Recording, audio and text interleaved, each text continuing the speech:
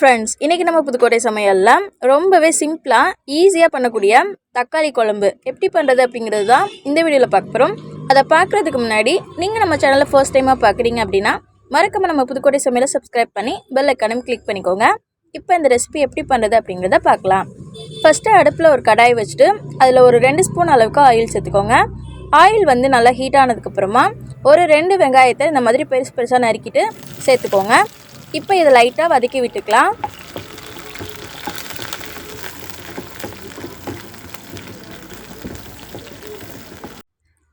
வெங்காயம் ஓரளவு இந்த மாதிரி வதங்கி வந்ததுக்கப்புறமா 4 தக்காளியை பெருசு பெருசாக நறுக்கி வச்சுருக்கேன். அதை வந்து சேர்த்துக்கலாம்.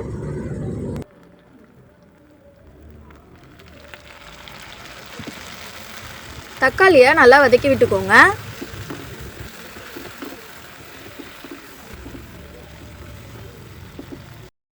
இப்போ வந்து நம்ம சேர்த்துருக்க தக்காளி வெங்காயத்துக்கு ஏற்ற மாதிரி உப்பு வந்து தேவையான அளவுக்கு சேர்த்துட்டு இதை நல்லா வதக்கி விட்டுக்கிறேன்.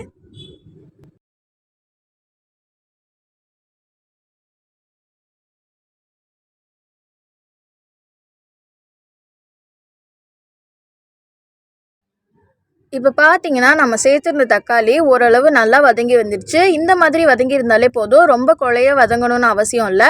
இந்த மாதிரி வதங்கினதுக்கப்புறமா நம்ம வந்து இதை வந்து ஆற வைக்கணும். ஆற வச்சுட்டு அதுக்கப்புறமா அரைக்க போகிறோம்.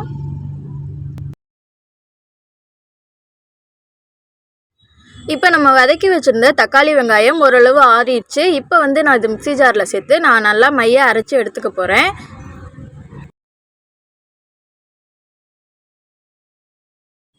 நம்ம வதக்கின கடாயிலே கொஞ்சம் தண்ணி கலந்து இந்த மிக்ஸி ஜாரில் சேர்த்துக்கோங்க. பேஸ்ட்டு வந்து கொஞ்சம் தண்ணியாக தான் இருக்கணும், ரொம்ப கெட்டியாக இருக்க வேண்டாம். இப்போ நான் வந்து பார்த்திங்கன்னா நல்லா நைஸாக அரைச்சி எடுத்துட்டேன். இப்போ அடுத்த ஸ்டெப் என்ன அப்படிங்கிறத பார்க்கலாம். அடுப்பில் ஒரு கடாய் வச்சுக்கோங்க. அதில் வந்து ஒரு 2 ஸ்பூன் அளவுக்கு ஆயில் சேர்த்துக்கோங்க. ஆயில் ஹீட் ஆகட்டும். ஆயில் ஹீட் ஆனதுக்கப்புறமா ஒரு அன்னாச்சி பூ சேர்த்துக்கிறேன். அடுத்து 2 ஏலக்காய் சேர்த்துக்கிறேன். அடுத்து 3 வரமிளகாவை முழுசாகவே நான் அப்படியே சேர்த்துக்கிறேன், பிச்சு சேர்த்துக்கலாம். அடுத்து 1 ஸ்பூன் சோம்பு சேர்த்துக்கலாம்.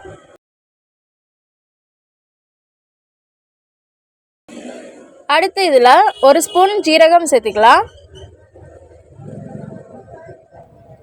வீட்டில் பறித்து ஃப்ரெஷ்ஷான கருவேப்பிலை ஒரு கொத்து சேர்த்துக்கிறேன். பூண்டு ஒரு முழு பூண்டையும் நான் உரித்து எடுத்துருக்கேன். இதை அப்படியே சேர்த்துக்கலாம். இப்போ இது எல்லாத்தையும் நல்லா வதக்கி விட்டுக்கலாம். இப்போ இதில் ஒரு பெரிய வெங்காயத்தை நீளவாக்கில் நறுக்கி வச்சுருக்கேன், அதை வந்து சேர்த்துக்கிறேன். இப்போ அதை நல்லா வதக்கி விட்டுக்கலாம்.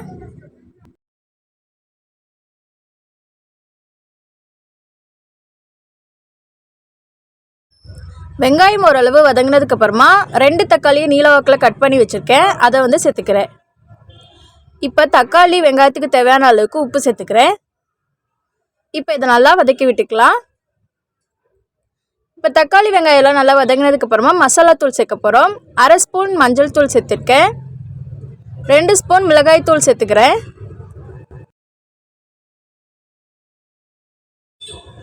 1 ஸ்பூன் மல்லித்தூள் வந்து சேர்த்துக்கிறேன். 1 ஸ்பூன் கரம் மசாலா சேர்த்துக்கிறேன். 4 மசாலாவையும் சேர்த்ததுக்கப்புறமா இதை நல்லா வதக்கிக்கலாம். மசாலாவோட பச்சை வாசனை போகட்டும், அது வரைக்கும் வதக்கிக்கோங்க. இப்போ பார்த்தீங்கன்னா மசாலாவோட பச்சை வாசனையெல்லாம் போயிடுச்சு. நம்ம மிக்ஸி ஜாரில் அரைச்சி வச்சுருந்தோம்ல மசாலா, அதை வந்து இப்போ வந்து குழம்புல சேர்த்துக்கலாம். இந்த மிக்ஸி ஜாரில் கொஞ்சம் தண்ணி சேர்த்து அலம்பி இதில் சேர்த்துக்கலாம். இந்த குழம்பு நல்லா தண்ணியாக தான் இருக்கணும், அதனால இன்னும் கொஞ்சம் தண்ணி சேர்த்துக்கிறேன்.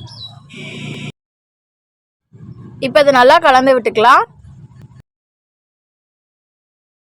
குழம்பு நல்லா கொதித்து எண்ணெய் நல்லா பிரிஞ்சு வரணும், அது வரைக்கும் ஒரு மூடி போட்டு நம்ம வந்து குழம்பு நல்லா கொதிக்க விட்டுக்கலாம்.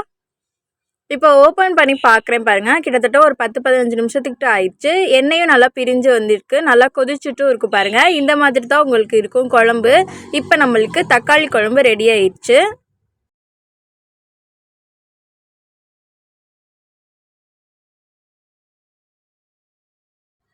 ஓகே, அவ்வளோதான். இன்னைக்கு காய்கறி இல்லாத நேரத்தில் தக்காளி குழம்பு ஈஸியாக எப்படி பண்ணுறது அப்படிங்கிறத இந்த வீடியோவில் பார்த்து கற்றுப்பீங்கன்னு நினைக்கிறேன்.